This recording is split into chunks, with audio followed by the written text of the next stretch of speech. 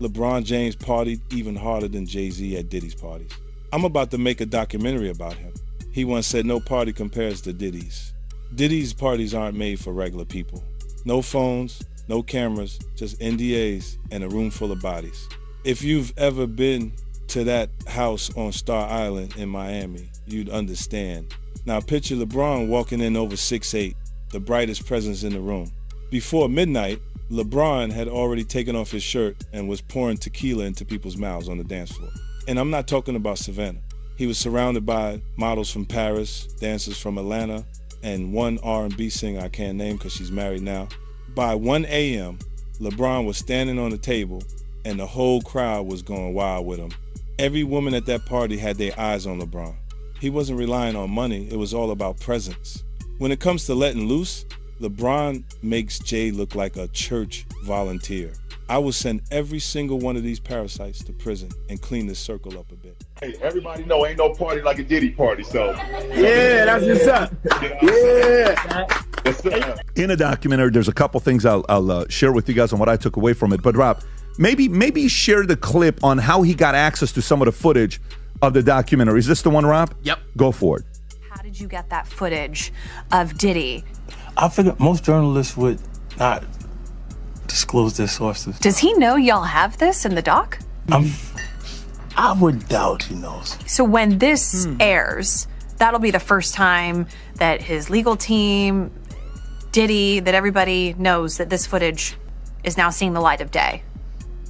Perhaps. Combs' team firing back in a statement to NBC News, saying the Netflix so-called documentary is a shameful hit piece and that they relied on stolen footage that was never authorized for release. His team sending a cease and desist. 50 Cent's new documentary does not begin with an accusation. It begins with a question that has lingered for years without resolution. How did so much happen in plain sight while so little was formally acknowledged? As the film revisits powerful figures like Diddy and cultural icons such as LeBron James, it reframes familiar moments not as isolated anecdotes, but as pieces of a longer, quieter pattern. What stayed hidden was not buried evidence, but collective hesitation, normalized access, strategic silence, and the comfort of looking away. And if the past was never fully examined, what exactly have we been protecting all along? Hey, what's up? Ain't no party like a Diddy party. Coming in, shout out to the game, man. Appreciate everybody's flood the comments with ain't no party like a Diddy party. That's a statement that LeBron James wish he would have never made, because now that statement is coming to bite LeBron James in the ass. All right, let's get to this headlines real quick, gang. I'm finna show y'all. No Diddy. Investigators reached out to him and they want a statement from him. Federal investigators want a statement from him. What do you mean ain't no party like a Diddy party? Oh, Diddy. It's going down. Watch this game. Let's do some headlines. Look. Let me let y'all see this real quick. It's right in your face. All you got to do is look at the forest and stop looking at the trees. All right, LeBron James, Lakers is becoming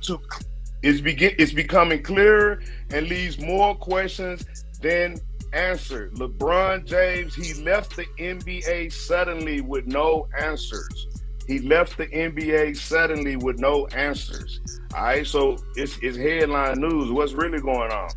All right, LeBron James is leaving the Los Angeles Lakers. Diddy rose not only as an artist or executive, but as a central distributor of opportunity and entertainment.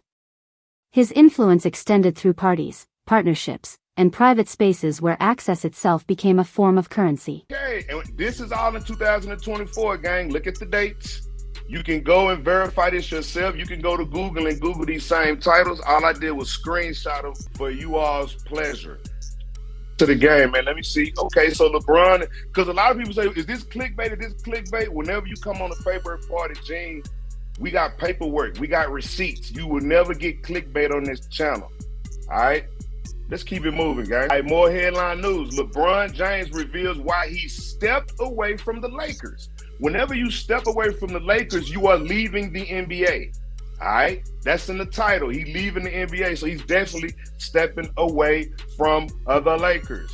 More headline news. LeBron James just... In such ecosystems, association often carries more weight than formal contracts, and proximity becomes protection. The social implication is structural rather than personal. When access defines advancement, silence becomes a condition of participation. Can a culture built on access ever self-poll? I'm with Puff, and he's in exotic bookstores, and he's doing shopping, right? He's shopping, getting his stuff and everything like that. So, you know, this is the first time I was ever in an exotic bookstore with Puff. So, you know, I'm giving him his space. He's taking things off the shelves and stuff like that, because they gave him a brown paper bag. When they gave him a brown paper bag, he was just putting stuff in there. So I said, damn, you know, he got to go put it on the counter and, you know, show everybody what he's getting. So as he's going, I'm just looking at the places where he's picking stuff from. So there's one part he picked up some things from up here on my left side. And then he picked like quite a few of them down. I was like, okay. He put them in the bag. So when I went by there and I looked up there and it said butt plugs. And I was like, hey, yo. I was messing with him. Because people don't understand, you know, we was like friends. He was a part of the same gang. So I'm still gonna tease him. I'm still gonna mess with him and everything like that. I could do that. It wasn't just no security thing. So I say, yo, what are you getting this for? And it said butt plugs, and he was like, yo, can I do my shopping by myself? I said, yeah, you could do it by yourself, brother. And he started walking and everything like that. When he got I just waited at the counter. So when he got to the counter, he didn't even have to show the guy nothing. He just gave the guy a wad of money. I mean, like, he gave the guy a stack, something like this. And Puff wasn't the dude that carried no 20s and no 50s and nothing like that. And I mean, like, he just said, boom. And we walked out the store.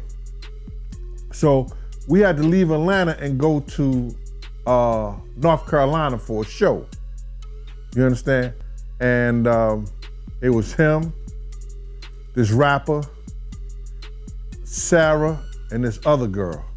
We all got... LeBron James has long represented more than athletic excellence, occupying a space where sports, business, and moral leadership intersect. His public image has been carefully shaped around discipline, responsibility, and voice, making his associations matter as much as his statements. When figures of this magnitude appear repeatedly within the same elite social orbit, those connections take on symbolic meaning regardless of intent. The implication is reputational gravity. Influence attracts scrutiny even in the absence of allegations. At what point does silence from a moral leader become part of the story? Let's see, not only is he leaving gang, LeBron sold his mansion for $39 million. All right? Now, he leaving social media. He leaving the NBA. Now, he just sold his 39. Now, I'm going to tell y'all something, too. A lot of people may not know this, but LeBron James bulldozed it in order to get another one. So he is getting another mansion, but he sold his mansion. Remember, I have a bachelor's degree in real estate. Right? Whenever you start settling out of real estate, whenever you start leaving your obligations like playing for the NBA, and whenever you leave social media, and I think I know why. Party like a Diddy party, so. Yeah, that's what's up. Yeah. So you know, Everybody know ain't no party like a Diddy party. Yo, right, how so authentic was that thing on social media when they had LeBron in the maid outfit? How authentic was that? Did you see that? Old footage has a way of resurfacing at inconvenient times, not because it changes, but because context does. Remarks once received as humor or admiration now circulate as reference points in a broader reassessment of relationships and environments. Photoshop, but I seen different pictures, bro. I done seen like 7 different pictures of him that's made, so that particular picture can't be Photoshop if it's 7 different pictures of him in that particular made suit, unless all 7 of those pictures in different angles is Photoshop. So I don't think a lot of people say it is Photoshop. Shout out to Miss Cat Dog. Just 50 Cent's name being attached to it again. These are two, as everyone knows, the 3 names in hip hop are Jay-Z, Diddy, 50 Cent when it comes to the status of where you could get as a business or a brand. I guess so. So for the top 3 individuals, for one to go at the other and release this doc, I don't know, what does that say to again, I keep asking about the hip hop state of things. What does that say to hip hop? Like, Yeah, man. But you know, when guys come on here, man, and they want to come and try to ruin your show and say that shit to some is clickbait, the more and more we try to teach them, the dumber they make us look, bro. But you know what? That make them look dumb because watch this. I got 3 college degrees, bro. You know what I'm talking about? I own a lot of look, bro, my thing is this, bro. I don't have to be doing this shit, just like you don't have to be. You see what I'm saying? But a lot of people depend on this information, and a lot of people love hearing what Paperwork Party and Gene got to say. So for the thousands of people that like hearing we got to say, that's cool. For the 20 people, they need to get the fuck up out of here because it ain't no clickbait over here. Right, it's all good, man. You know what I'm saying? But let's just concentrate on the people who are we our own downfall? I guess I don't know. Well, I mean, I don't know. It all depends on what you consider hip hop. Like, I don't consider any of this debauchery, any of this animalistic crap. I don't consider any of this hip hop.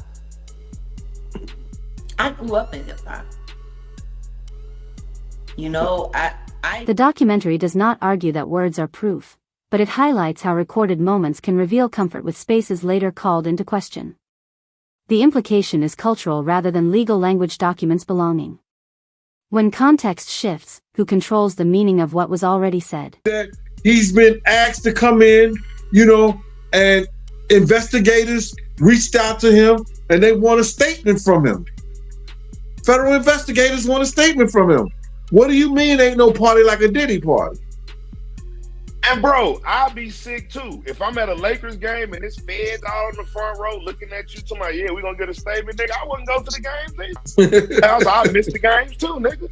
Yeah, you talking about, nigga, you think the feds ain't going to LeBron games and saying, nigga, ain't no party like a Diddy party, we know what's going on? Come on, bro. And we don't even know who they said. And then there's certain women's out here that state, I don't know how authentic their statements are, but they're saying that there's tapes with them with A-list celebrities having sex with. Yes. LeBron allegedly is an A-list celebrity, allegedly. But no, LeBron is an A-list celebrity. Start off with Diddy basically recording him coming back to New York, recording himself, hiring a camera crew to technically turn himself in. You know, 5 days before he turned in, he came back to New York, you know, based on his lawyer's 6 days. Apologies. Based on his lawyer's recommendation, saying that, you know, of course, you know, he's cooperating. But for him to be recording this, yeah, Mark Agnew Fatfo, I'm calling him. Yeah. Do you think his lawyers suggest? I mean, do you think that's just Diddy hubris, or like what was that as far as him just saying, "I'm gonna record this whole process"? Yeah, go ahead. Yeah. You know who we should ask? We should ask Mr. Busby. Is LeBron James next on the list to be indicted? That's what we should do. We should call Mr. Huh? You got Busby number? Yeah, I got Busby's cell number right here. We should call Busby and be like, hey, is LeBron, matter of fact, let me put the question up. The question for the day, gang, ain't nobody trying to be funny.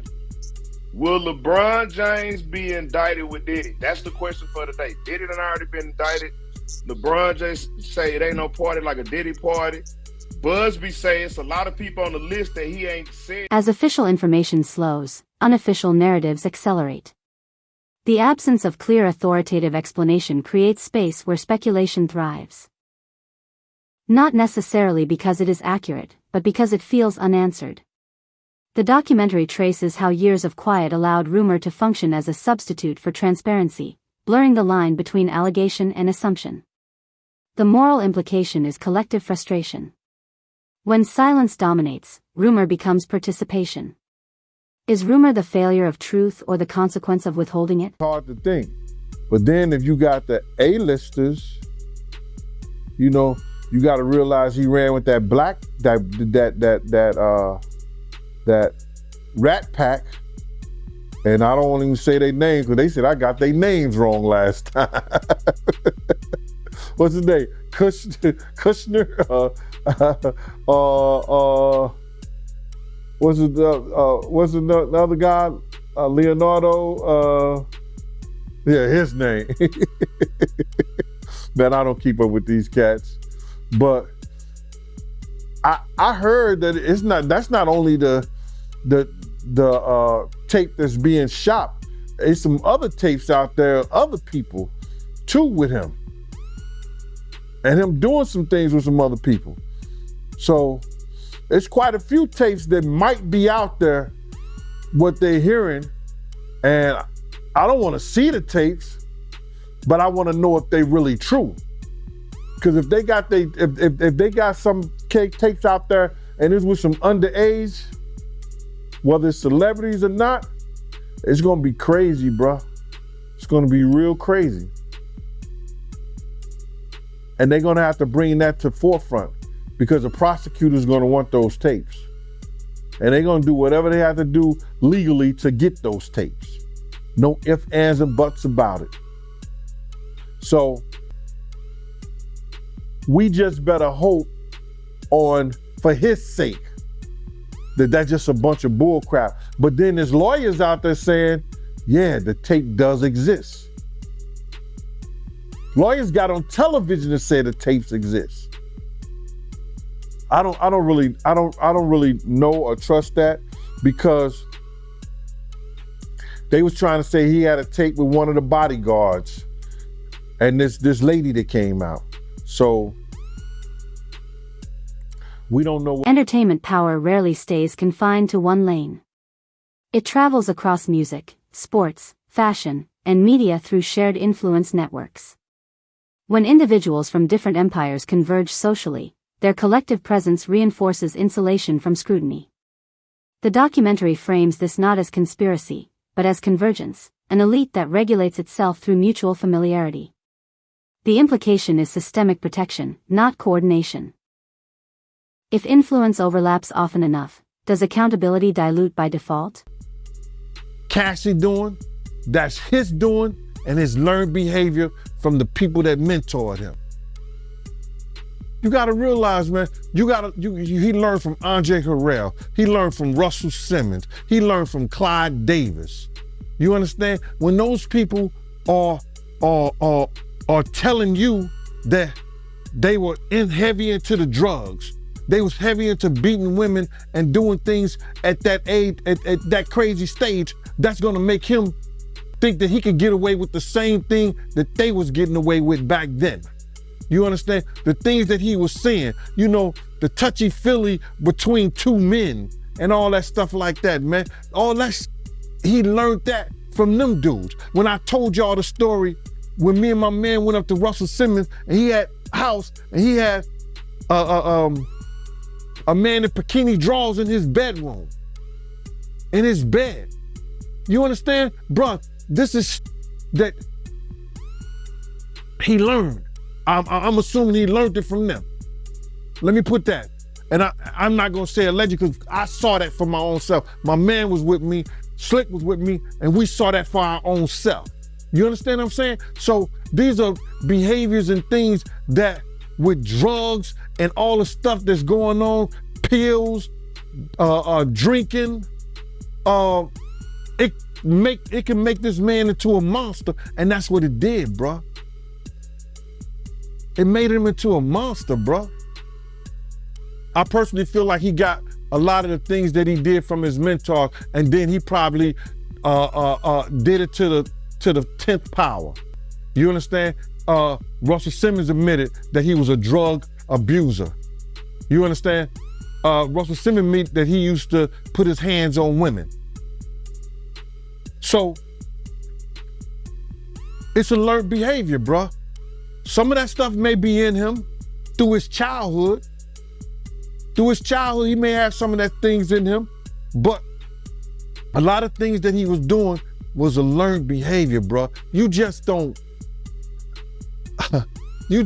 just turn it in a matter of years the way he was doing people, man. You understand? Check this out. The suggestion that private environments were extensively documented introduces a deeper concern than spectacle. It raises questions about control. Throughout history, those who possess records often possess leverage, whether or not that leverage is ever exercised. Even the belief that documentation exists can alter behavior, encouraging compliance through uncertainty. The legal and ethical implications are profound, touching on consent, coercion, and fear. If power is reinforced by what might be revealed, is silence still voluntary? So my whole thing about it is that there was something in that other than baby oil. That's why they took all the bottles. And 9 times out of 10, if I would give it a wild guess, it was, and like some of the people told me, it was probably that GHB. What's that? I think it's gamma hydrox. I looked it up, bro. Let me see. See if I can find it. I know this is just showing everything like that, but oh no. Let me. Yo, somebody tap dance or sing or do something. You know what I'm saying? While I'm doing this. Oh, here it go right here. It's gamma hydroxy butyric. What is it effect on the body? It's a euphoria, drowsiness, decreased anxiety, and memory impairment. It works on the nervous system and gives you this feeling of euphoria. So they take that and rubbed it on her, and you forget who you are, what you're doing. It can also give you memory loss, drowsiness, and that's under the DEA, the Drug Enforcement Administration.gov. The suggestion that private environments were extensively documented introduces a deeper concern than spectacle. It raises questions about control. Throughout history, those who possess records often possess leverage, whether or not that leverage is ever exercised. Even the belief that documentation exists can alter behavior, encouraging compliance through uncertainty. The legal and ethical implications are profound, touching on consent, coercion, and fear. If power is reinforced by what might be revealed, is silence still voluntary? And LeBron is acting suspicious about missing all these games, acting like he's sick, this and that, selling his houses and shit. But better yet, will LeBron James be added to the lawsuit, the civil lawsuit? Will it be added to the civil lawsuit? More so than being indicted? Or the list, the witness list. Is they trying to get LeBron to testify against Diddy because of the it ain't no party like a Diddy party? He's been to all of them. You see what I'm saying? He may be a witness. Who knows? They may already flipped him. They may have already flipped him. You want me to call Busby? Somebody said 1-800-Busby. That's not his cell number. Shout out to Donahue. His cell number not 1-800-Busby. You know these thirsty people out there talking about yes. Come on, 1-800-Busby. Uh-oh, somebody said profit. Shout out to Mystery Singer. I like that. That's a real educated word. I like profit. I don't know if he got a profit agreement. We ain't found no paperwork of him having a profit agreement, but keep that in mind, Mystery. Yeah, the U.S. attorneys have to do that. Give him a profit agreement. Yeah, keep that in mind because he damn sure selling property. I know he don't need no money. You only sell shit when you need money. Mm-hmm. He sold it. Look, I didn't show you this one right here. He sold the one in Miami too for $18.5 million, bro. He done sold 2 cribs in 2 years. He sold the one in Miami for $18.5 million, and he sold the one in California for $39 million, bro. And he's sick. He's missing all these games. Public identities are maintained through consistency, repetition, and strategic distance from controversy. When a powerful figure at the center of a network faces collapse, those connected must decide whether to speak, separate, or wait. The documentary highlights how restraint is often framed as wisdom, even as it reshapes public interpretation. The implication is narrative loss. Silence surrenders authorship. When reputations are built carefully, how fragile are they when context turns hostile? You know what I'm saying? And then sometimes you would hear a boom, boom, boom, boom, a thump or whatever the situation is and stuff like that. Yo, what's up? Everything good? And sometimes they would open the door. I'm right there by the door. Sometimes you see things you don't want to see. Hey, did they ever try to get you involved? Or Not at all. Offer you? Not at all. Puff did it one time, but that's in my book. When we was coming from Dallas, he had the snow bunnies. And I reneged on that. Nah, I'm good. Hey, did you see any celebrities Puffy did any of that stuff with, the swinger stuff with? Yeah, I did. Tell me about that.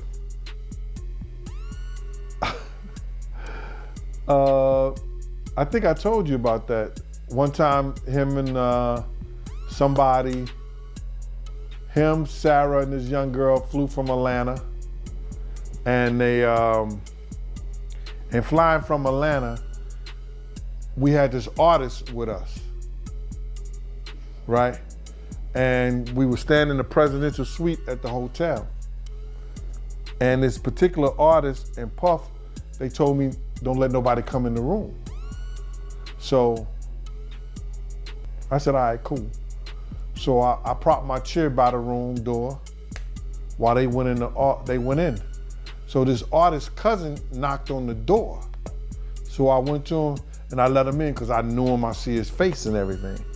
I seen his face several times before. He said, yo, I gotta speak to my cousin. And I said to him, I said, well, they busy right now, man, and they told me don't let nobody come in the room. He said, yo, I'm going in the room to get my cousin out. And I said, bruh, you ain't going in the room to get your cousin out. They told me nobody could go in the room. So he said, I don't care who you are, what you doing like that. I'm going to get my cousin. He went to go and try to open the room. I grabbed his ass, joked him up, and slammed him on the piano. And the next thing you know, Puff and this artist run out the room naked. And so then I said, I see the artist trying to grab a towel. Puff didn't give a shit. And the artist like, yo, what's wrong? What's going on? What's going on? He like, yo, Gene, that's my cousin. And I was like, yo, my man, he was trying to get in the room and y'all told me don't let nobody else come in, let nobody come in this room. Jesus Christ gonna have to come take the, Puff no, Jesus gonna have to take the air out my body if anybody coming in that room. And Puff just looked at the artist and the artist said, you ain't wanna come? The documentary ultimately suggests that what remained hidden for years was not a single act or individual, but a system sustained by comfort, access, and mutual discretion. Progression from rumor to record does not happen through revelation alone, but through persistence and cultural refusal to forget.